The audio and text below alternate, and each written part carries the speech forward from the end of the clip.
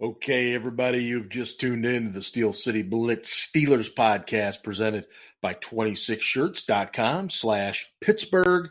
And we are indeed in the dead period, which means, A, we hope that all of our Steelers are getting in shape for the long season, having a little fun, and not doing anything stupid.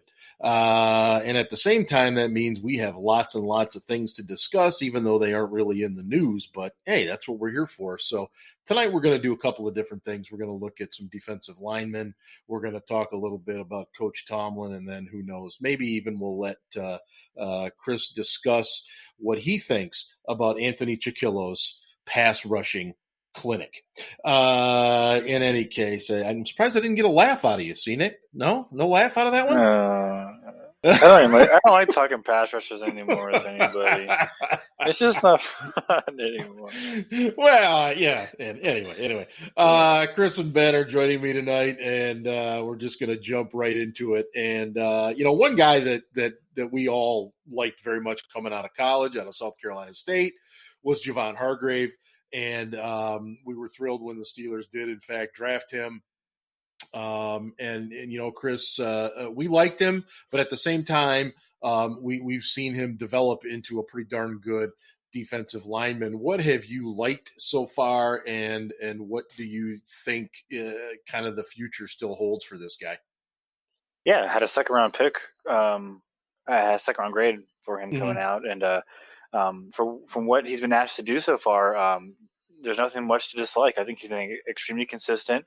He doesn't disappear, penetrates gaps really well, gets to the quarterback, gets in the backfield, and disrupts the run. So you like that. I would like to see him get more snaps and ask him to do more, and get a little more creative with him, because I think that he offers more than just being that nose tackle-esque guy. I think he offers more than that. His skill set is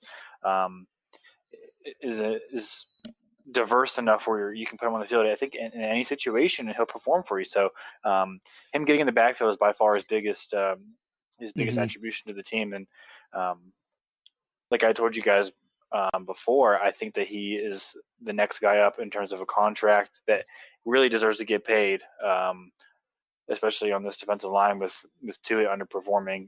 You got to lock up a guy who's been extremely consistent in Hargrave. Yeah, and we'll discuss Mr. Tuitt here coming up shortly. Ben, Javon has played 3 seasons and has put up some pretty nice numbers, especially compared to the amount of snaps he's on the field. Going into an important 4th year. And you have mentioned before that you would like to see him on the field even more often. What do the Steelers need to do that? Or maybe the question also is, why isn't he on the field more? Well, he's not on the field more because they've got a huge investment in Stephon Tuitt, and they're trying to see the benefits of that investment. I think that's foolish, but it kind of is what it is. His best year really was last season, and he kind of came on. And it's funny, we were talking offline before we started recording, and he's actually played a little bit less each season. He's played a little bit smaller role in the defense each year in terms of percentage of snaps. But he's stuck at about 43% last year. I think it was 46 or 47 the year before that, and 47 his rookie year. And 40% of the snaps for a player who plays that well just doesn't do it. And the only way to get him more snaps is either play more 5-man fronts and give him opportunities to get to the quarterback. But I think that's difficult given the way teams are playing offense right now. You'd have to have 1 linebacker out there and 5 defensive backs. If you're going to play a 5-man front, you can do that sometimes. But if you do it all the time, they're just going to throw over the rush and they're going to gouge you. So you can't expect to do that consistently. So then the other thing you do is you pull Tuitt off the field and you do more rotation with Hargrave. And that would be my preference, honestly. Right. And I know we're going to segue into this in a bit, but yeah, I think to this point, especially given the fact that Tuitt makes more than his line mate, Cam Hayward, he really has underachieved. He's not delivered on that promise of potential at any point, in my opinion, in his Steelers career. He's a guy who is inconsistent. Sometimes he's a monster, and other times he's just there. And there's way too much of the just there aspect. Yeah. And my understanding is he didn't like the way that John Mitchell was asking him to play. Mm-hmm. And he was really looking forward to Dunbar coming in and taking over the D-line coaching. And now Dunbar's there. And a year later, Stephon doesn't have any excuses. He needs to deliver, or something else needs to happen. Well, so let's continue with Tuitt here for a second. And Chris, let me get into the kind of the play analysis here of Tuitt, and you can kind of take it from there. The idea that, or I shouldn't say the idea, but what we see a lot is that Cam Hayward gets a lot of double teams, and therefore Stephon Tuitt is left in a lot of one-on-one situations. And as Ben said, once in a while we see like this beast emerge out of Tuitt, and he runs through 12 people and makes an amazing play. Is it a lack of effort? Is it a lack of technique? What is it with Tuitt? Because they've obviously paid him a lot of money to be able to handle guys one-on-one, and he's not doing that effectively and efficiently.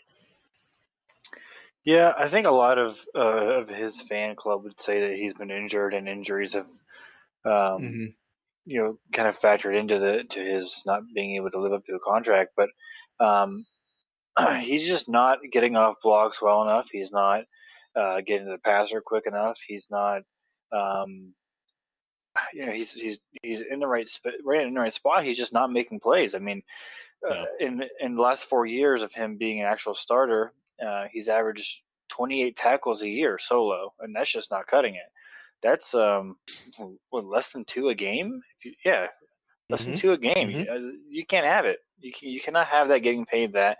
I think that what we need to do as a fan base is recognize that he's underachieved and ask him to really step up. And I think that every year you see the do it to it slogan from him coming into camp, and you really want him to turn it on. And like Ben said, sometimes he's an absolute monster, and sometimes we wonder if it's really him on the field.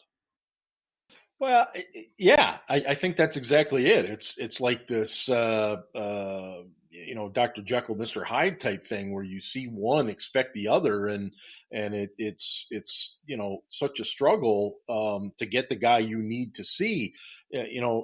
Ben, you alluded to it. He's making more money than Cam Hayward, and I don't think there's too many Steelers fans that would argue that Cam Hayward is clearly the top defensive lineman for the Pittsburgh Steelers. And Stephon Tuitt doesn't necessarily have to be the top lineman for the Steelers, but he's got to be doing more than what he is for the price that they are, in fact, paying him, right? Yeah, he really should be the best lineman on the team, or at least it should be a conversation where you're going, well, who's better, Cam or Stephon? Because, I mean, these guys are being paid extremely well. Stephon he's the number 3 cap hit on the whole team this year. Yeah. That's huge. Yeah. I mean, Hayward actually has a higher cap hit this season, but it's not, he doesn't make more money. If you average out their contracts, Cam's at about $10.5 million and Stephon's at 12. Mm-hmm. Okay. So, and Cam Jordan just got a raise to $17 million a year. And I would expect that Cam Hayward is probably going to be in that neighborhood probably next season is my guess, because correct me if I'm wrong. I'll look this up real I'm trying quickly. To think of where he's got 2 years left. So after this season, they're likely to extend him to lower his cap hit some and give them some back end years on his contract. And let him finish his career as a Steeler. So, yeah, he's probably going to go to $17 million a year in new money is my guess, given that that's a new standard. And things will be corrected. But Tuitt's making way too much at $12 million a year to be a guy who's just a guy. Well, let me ask you real quick, Ben. Why did the Steelers sign him for so much money? Because they offered him less and he wouldn't accept it, and they didn't want him to leave. I mean, well, that's the short version. I mean, right. They basically offered him what Cam was making, and he said no. He said no, never ever. What did he say? He said never ever accept less than you think you're worth ever. Mm-hmm. And he held things up, and his extension took months longer than it should have. And they finally they gave in and gave him the money that he wanted because he had this immense potential that they were expecting to see come to life and that they would be able to capitalize on, and it just hasn't happened. So the question I have for both of you is, if things continue this way and Stephon Tuitt doesn't deliver on that potential, do they cut him or ask him to take a pay cut, or do they just roll forward? Well, Chris, I'll let you tackle that one first. Okay. Pun intended. Yeah. I'm not asking you what you would do. I'm asking you what you think they'll do. Yeah. Okay. Okay. I think that man, when's the last time they asked someone like this to take a pay cut? I don't even know. James Harrison. Okay, so going forward, James set up your ass and cut, and they cut him. Yeah. Who do we have behind Tuitt? I mean, he has all the leverage right now. So they would have Hargrave. Are you going to transition him into the 5 tech, or what do you do in the 3-4 base? I mean, in the 3-4 base, as little as they play it, you're 25%. I don't want to say you can just plug anybody in there at nose tackle, but it's easier to find a nose tackle than it is an effective 3 tech / 5 tech. So, yeah, my feeling would be if they let him go, they would plug somebody in at nose tackle and move Hargrave over. I think that what they would do if he does not kind of step up a lot this year is ask him to take a pay cut, and if not, it's tough to be objective here, but real quick, what I would do is if he doesn't take a pay cut, is try and trade him. If not, I cut him. Honestly, he's just a guy right now, and you don't want to see it. Well, what is, we've talked in the past about Bud Dupree and what we, need to see from him to even potentially consider bringing him back. And of course, we've talked about the situations that if he plays that well, he's probably going to go elsewhere for a big free agent payday anyway. But what do we need to see from Stephon Tuitt, though? I mean, the best he's ever had was 6.5 sacks, I think in his second year. And again, he plays a position that isn't necessarily a sack-happy position. Don't get me wrong. But we need to see more from him in terms of sacks, quarterback pressures, and getting in the backfield, that type of stuff. What do we need to see? Ben, I mean, what has to happen for us to be able to say, okay, now he's making his money? I'd like to see him at about 8.5 or 9 sacks and in the neighborhood of 25 to 30 quarterback hits. And, that position isn't going to get a lot of tackles, but let's just say on top of what I've already mentioned, an additional, 36 to 48 tackles total. And he had a better season last year than he had in 2017. And he also played a couple more games than he played in 2017. And yeah, part of his issue has been health, as Chris alluded to, but it's gotten to the point where he's really using that as a crutch, in my opinion, because he's never, since his rookie year, he's never played a full 16 games. Nope. And you can only use health as an excuse for so long. And when you're playing as many more snaps as the guys behind you, and they're producing at the same rate you are, there's something wrong, man. And there's only so much money to go around on the defensive line. And I agree with what Chris said before. If you get to the point where he's just not doing it, he's got 3 years left at about $9 million per each, and that's just in base salary on his contract after the season. Right. You'd think that you could trade him. Now you're not going to get a lot for him if they give up on him. The currency in NFL terms seems to be a sixth rounder. You might get a fifth, maybe. Somebody will say, "Well, I see some potential," or I don't know. Change of scenery will do him good. Yeah, God forbid that somebody within the AFC North wants him. Then you get a 5 then,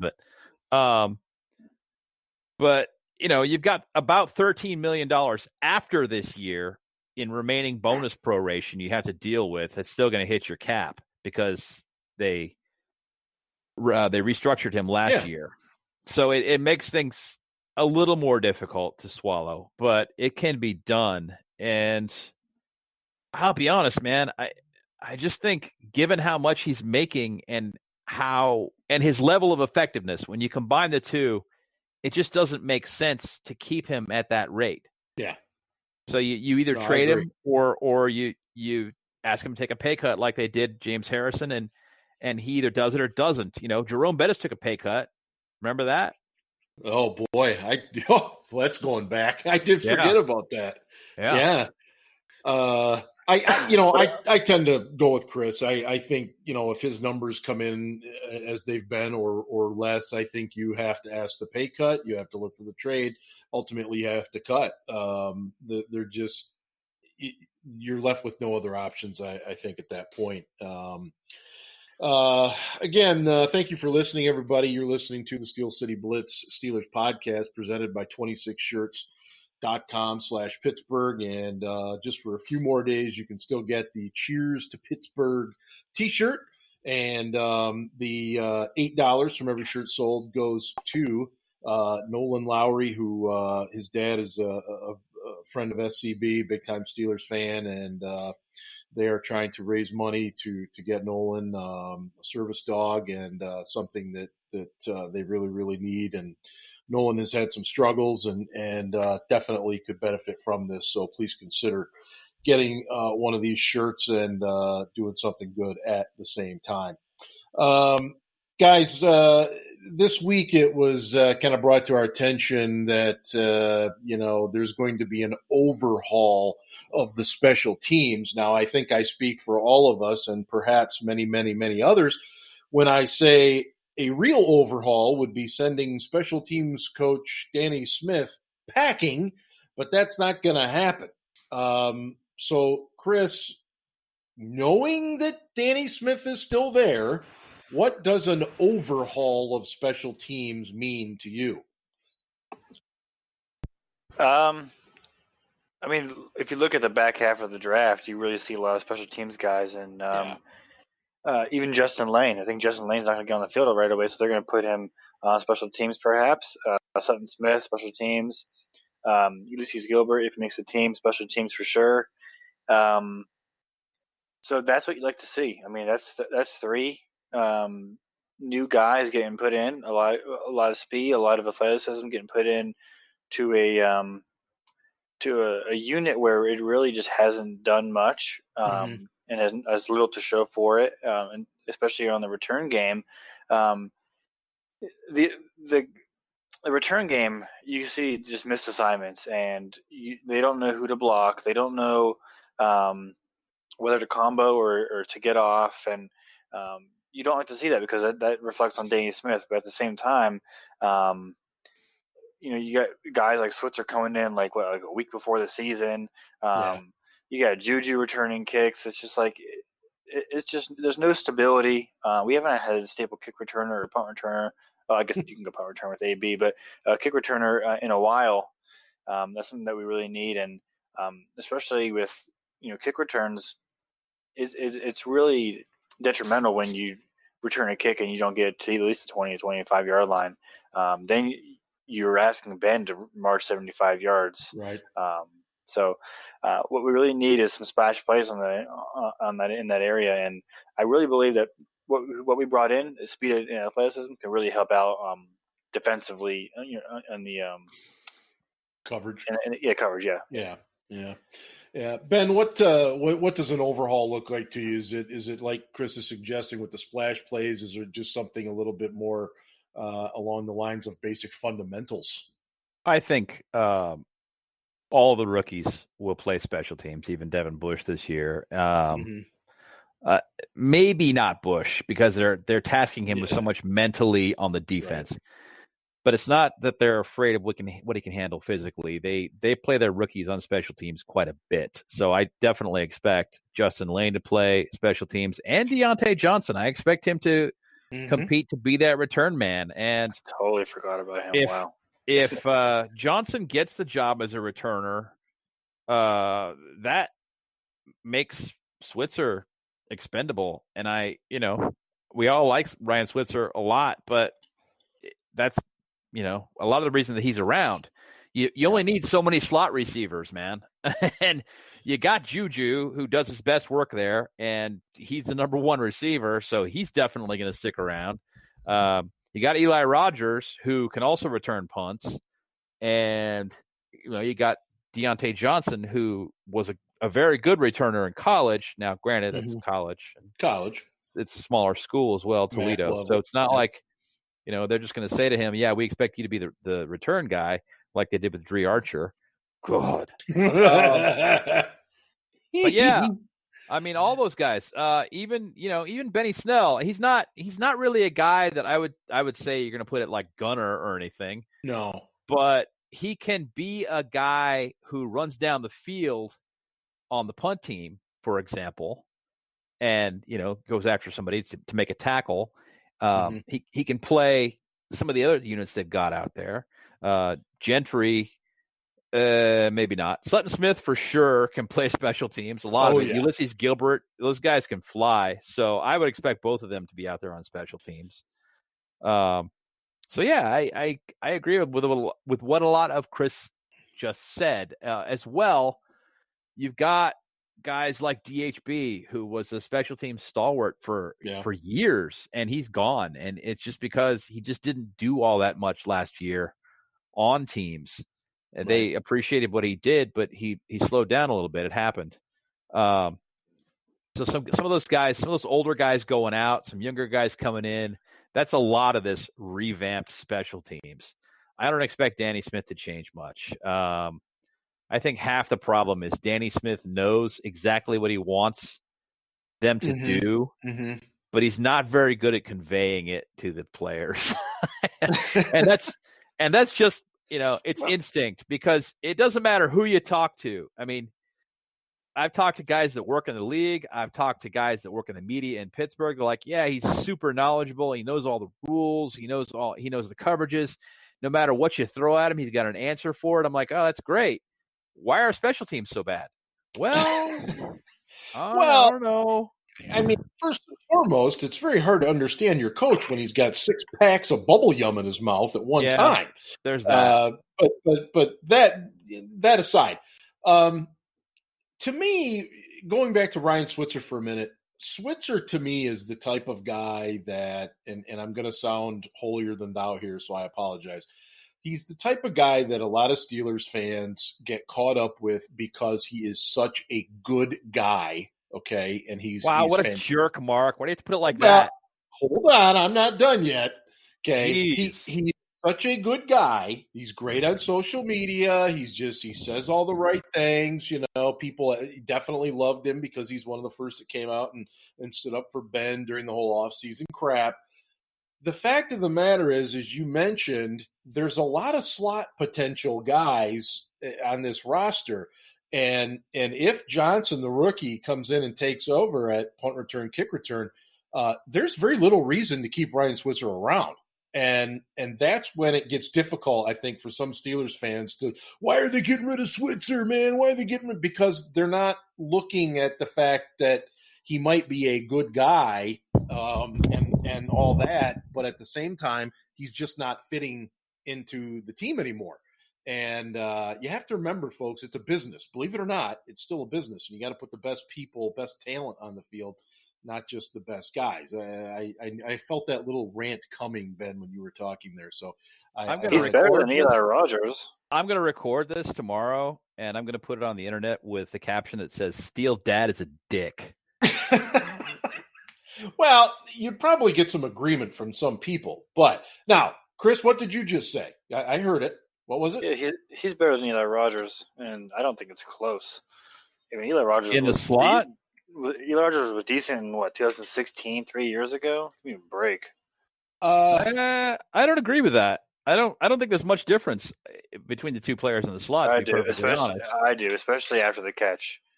I think I like Switzer's quickness. I think he's quicker than Rogers. Yeah, but he goes down on contact pretty easily. It's because of his size. I'm just not overly impressed with him as a receiver. Well, but I guess that's what I'm getting at is that you've got those guys, and we still don't really know what we've got with Deontay Johnson just yet. So we can't really beat that drum. But I guess I'm just using that as an example that we've seen in our lives, guys, many, many, many times where people fall in love with a Steeler, not because he's a great player or a guy that contributes. They fall in love with him because he's such a nice person, and it's like, hold the phone here. Nice like people Al. Are exactly. Yeah. Villanueva is a great example. Now that said, I think Al's also gotten better every year.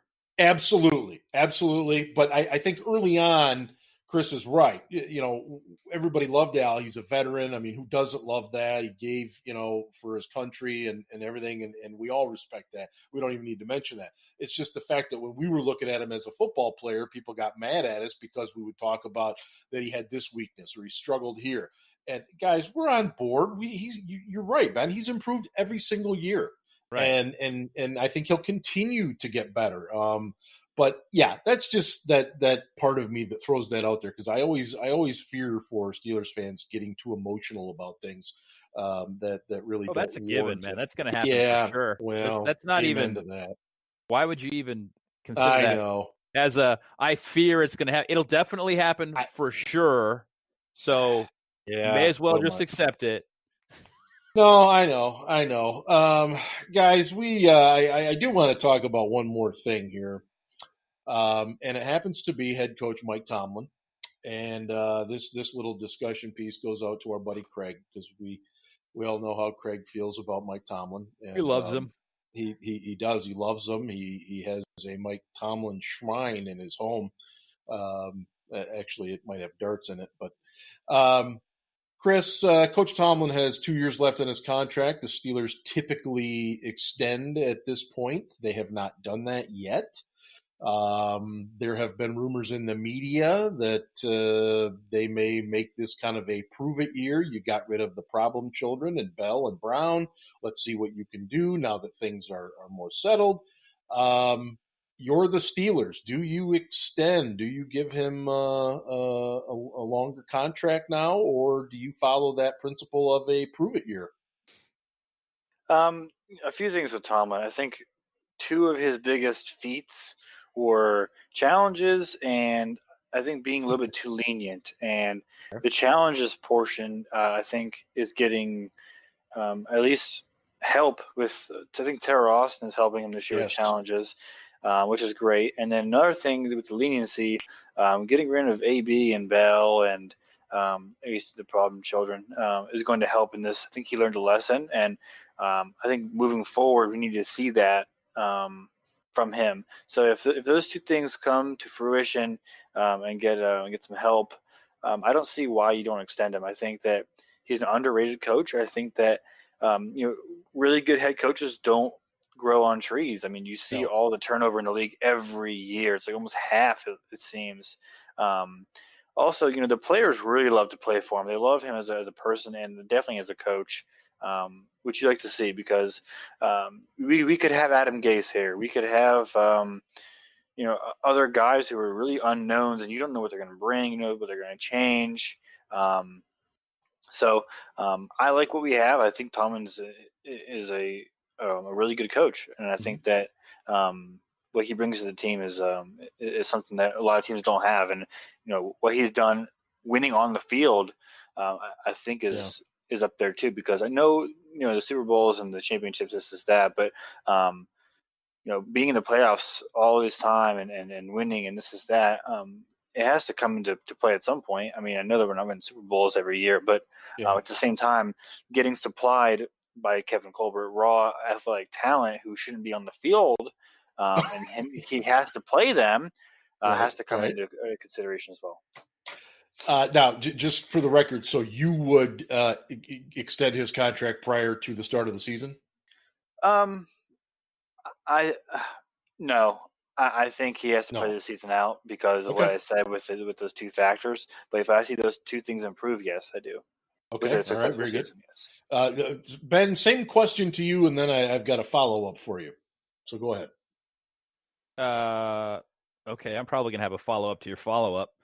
Yeah, I expect that you would will. I extend him? Yes, I would. And here's why. Obviously, Tomlin, I shouldn't say obviously because Tomlin says obviously all the time. Well played. Does, man. I believe that Tomlin feels a sense of accountability to Mr. Rooney, to the fan base, to the organization. I don't think that that's ever been an issue. Okay, 1. 2, I don't see Tomlin going any place until Ben retires. And I know I keep beating this drum, but it ain't going to happen because if you hire a new coach, Ben's got to learn a new offense. And if you tell your interviews that they have to keep the current offensive coordinator to keep the quarterback happy, you dilute your pool of prospective head coaches. And they go, well, if I can't have my own guy, I don't know that I want this job. So then you're down to the dregs of the candidates. And that just compounds the problem. So I don't see Tomlin going any place, at least until Ben retires. So you're talking at least, I'm thinking 2, 3, 4, 5 years. I don't know how long Ben can play, how long he wants to play. But I don't see Tomlin going anywhere until that comes to fruition. So knowing that, and also knowing that if he does not get an extension, he's going to face questions this year from the media, and they may not be once a week, but several times this season, he will be asked about the status of his contract and how he feels about that. And it's not so much going to weigh on him. It's going to grind on him. It's going to wear him down. It's going to be something, if I don't miss my guess, he's going to refuse to talk about it all, just like he pretty much always has. But it's going to wear him down some and add stress to an already stressful situation where you're the head coach of an NFL team. So I would go ahead and I would extend him. Now, I would add 2 more years now, but it doesn't sound like, at least according to Jerry Dulac and Ed Bouchette and some others, it sounds as though the Steelers may be inclined to make this a prove-it year. Now, that said, Jerry and Ed also said that the Steelers would cut Bud Dupree or try to sign him to a longer-term deal to lower his cap hit and not honor his 5th-year option. Well, the Steelers did exactly the opposite. They just went ahead and honored the 5th-year option. They never even entertained cutting him. So, it kind of makes me wonder if they're hearing things from the right people.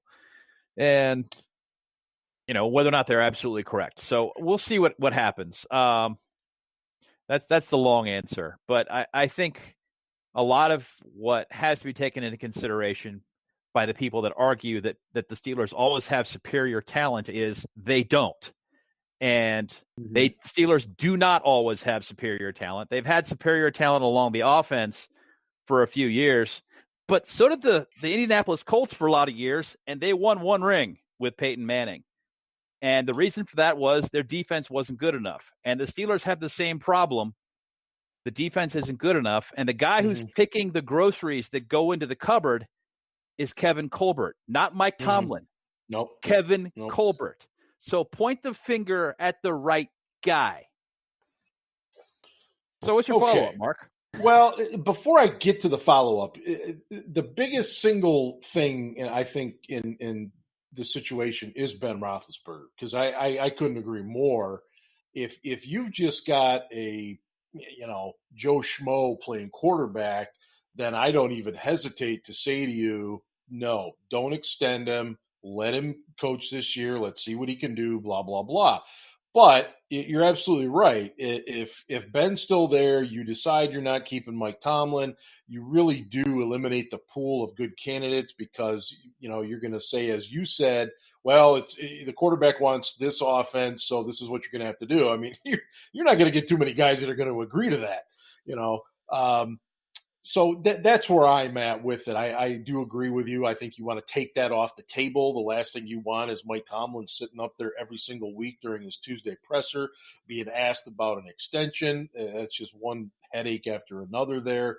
But the follow-up of what I wanted to mention to you was I noticed people talking about coaching trees on social media. And and then that Mike Tomlin doesn't really have any sort of a coaching tree. Now, everybody points to Bill Belichick. Okay, look at Bill Belichick's coaching tree. Okay, how many of his coaching tree, have any of them been to a Super Bowl? No, but no, that's not. Yeah, look, the big picture. What people need to understand is right. Is Belichick has an extensive coaching tree as a testament to his length of coaching, the length of his career coaching in the NFL. True. Okay. It's not about how good an influencer he is, because the majority of the guys, especially you look at the last half dozen guys that have left Belichick. Matt Patricia. Mm-hmm. Do you have high hopes for Matt Patricia? I don't. In Detroit? No. Bill O'Brien. On his best day, he's Jeff Fisher. On his best day, he is Jeff Fisher. Josh McDaniels, failure. Okay. Charlie Weiss, failure. Romeo Cornell, failure. Eric Mangini, failure. All these guys failed. Yes, people keep bringing up, well, what about Nick Saban? What about Nick Saban with the Dolphins? Failure. Right. Failure. What about Al Groh with the Jets? Failure. Okay. Kirk Ferentz coached with him for 2 years. 2 years of the 32 years that he was an assistant coach before he became head coach at Iowa, he worked with Bill Belichick. How much influence did Belichick really have? Right. So my point is just this. The vaunted Belichick coaching tree isn't really that big a deal. I'm not going to make a comparison between a guy who's literally been coaching since the 70s to a guy like Mike Tomlin, who coached for 3 years in the pros before he became a head coach in Pittsburgh, and all in has 16 years experience in the NFL. It's a completely different animal. It's ridiculous to even make the comparison, so I won't do it. Well, and that's why I poked the bear there with that, because it is apples and oranges. And, Mike Tomlin has had guys go off to the college ranks. He's had guys move on in other directions for other assistant jobs. But, I get it. Everybody wants to talk about, well, what about Tom Landry's coaching tree? What about Bill Parcells' coaching tree? What about, well, how big was Chuck Noll's coaching tree? Tony Dungy. Okay. That's the most notable guy I can think of. Right. Right. And he's, I don't know. Right. I mean, there's a few, but I mean, it's just fascinating to me how we often use that as a barometer to judge or to support our arguments and stuff. You know where it came from is Paul Brown and Bill Walsh, and Walsh actually worked for Paul Brown. But those two guys spawned a lot of assistant coaches who became head coaches, and a lot of those coaches were successful. Yeah. And Tom Landry, to a lesser degree, had some success too. And Landry also had 20 consecutive winning seasons in Dallas, which is something you will never, ever see again, ever. That's the greatest job coaching that will ever, and I hate to say that because it's the Cowboys, but that is the greatest job coaching that will ever take place in the NFL. But those three guys have these extensive coaching trees with a successful track record. So everybody tries to go to that standard, and that they're trying as hard as they can to make Belichick that guy. And he just isn't. He's not. Belichick is obviously a great coach. You don't go to all these Super Bowls without being a great coach, but this coaching tree should not be the definitive benchmark of how great you are versus another coach. I never really bought into that myself, but we're going to start wrapping things up here on the show. Wait Chris, a minute. Chris. What? Chris. What? Quick question for you. Let's talk a little bit about our friend Kevin Colbert and his fantastic drafts the last. Well, I was waiting for Chris to jump in when you were mentioning that Let's earlier. Just go from like 2013 on when he picked one Jarvis Jones, Bud Dupree, Artie Burns. We can go down the list, but what I want to do real quick is give him some credit for this draft. I think he did a really good job this draft and a decent offseason at the least with some money. I think he did a good job. Yeah, I mean, you have to give credit where it's due, but by the same token, when I look back at the 2008 draft, I thought it was a fantastic draft class. You know, you had Mendenhall, Lima Swede, Bruce Davis, Tony Hills, Dennis Dixon, Mike Humpall, Ryan Mundy. You look at that class on draft day and you went, wow, we got so lucky the way things fell. That was one of the worst classes ever. Those guys sucked. So I never, it's the old don't count your chickens before they hatch thing. I want to wait and see what happens with this class. But I was pleased that he actually showed some balls and traded up for a player that he needed, which is something he should have done last year. Don't get him started on Derwin James. He might start crying. I might. Of course, I might too. But anyway, we're going to get the heck out of here, guys. Good show for the dead period. I mean, hey, what can you do? We'll be starting to have our training camp previews coming up soon, and start breaking down just who you should be watching at training camp if you're going and everything else. Make sure you visit our store, by the way, at Design Tree. You can find the link right on the main page of our website. Get some cool Steel City Blitz gear, and plus we got some original stuff, Juju, the Prince of Pittsburgh, and a few other things there as well. And once again, thank you to our sponsor, 26shirts.com/Pittsburgh. For Ben and Chris, this is Steel Dad signing off. And hey, go Steelers.